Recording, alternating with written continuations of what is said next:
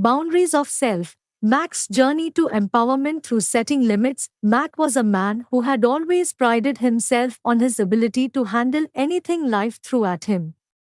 He was the go to guy for his friends and colleagues, always willing to lend a helping hand or an attentive ear. But as time went on, Mac began to realize that his eagerness to please others was taking a toll on his own well being. One day, after yet another long day at work spent helping his colleagues with their projects, Mac found himself feeling drained and resentful. He couldn't shake off the feeling that he was being taken advantage of, that his own needs were being pushed aside in favor of others. It was then that he remembered some advice he had heard about the importance of setting boundaries in personal and professional life. Determined to reclaim his sense of self, Mac decided to set some boundaries. He started by learning to say no to requests that were beyond his capacity or that didn't align with his priorities.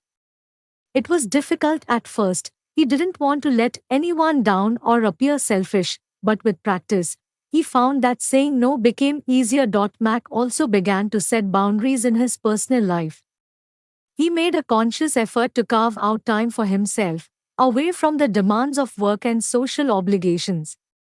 He rediscovered hobbies that he had long neglected, like hiking and painting, and found that these activities helped him recharge and reconnect with himself. As Mac continued to set and enforce boundaries, he noticed a shift in his overall well being. He felt less stressed and more in control of his life.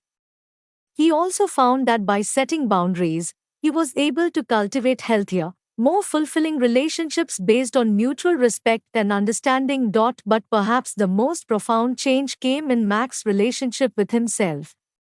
By setting boundaries, he learned to prioritize his own needs and desires, to value himself not for what he could do for others, but for who he was.